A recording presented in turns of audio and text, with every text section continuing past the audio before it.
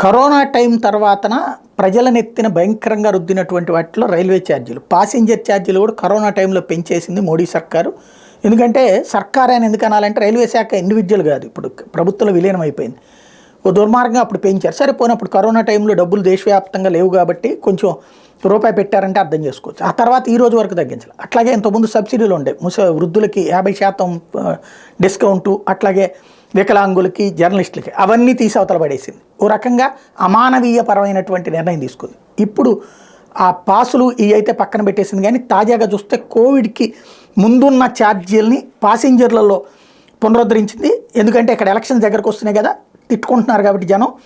ప్రయాణికులు జేబులను కొలగొట్టి కోవిడ్ నష్టాలను భర్తీ చేసుకునే ప్రయత్నంలో ప్యాసింజర్ రైలు సర్వీసులు పక్కకు పెట్టిన రైల్వే శాఖ ఎట్టకేలకు తీరు మార్చుకుని తిరిగి ప్యాసింజర్ రైలు ఛార్జీలను అందుబాటులోకి తెచ్చింది. ఇంతకాలం ఎక్స్ప్రెస్ ఛార్జీలతో తిరిగిన ఈ రైళ్లు ఇక ఆర్డినరీ సెకండ్ క్లాస్ ఛార్జీలతో దిగిరాబోతున్నాయి. ప్రస్తుతం ఈ రైళ్లలో 30 రూపాయలుగా ఉన్న కనీస ఛార్జీ 10 రూపాయలకి తగ్గింది.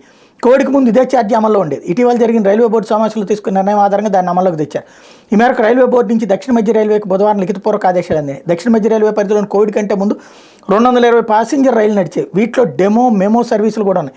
కోవిడ్ తర్వాత దశల వారీగా వాటిలో 180 రైళ్లను మాత్రమే ప్రారంభించారు. వాటి నెంబర్లను మార్చి ఎక్స్ప్రెస్ ఛార్జీలతో తిప్పుతూ వస్తున్నారు. ఇప్పుడు మళ్ళీ తీసుకొస్తున్నారు.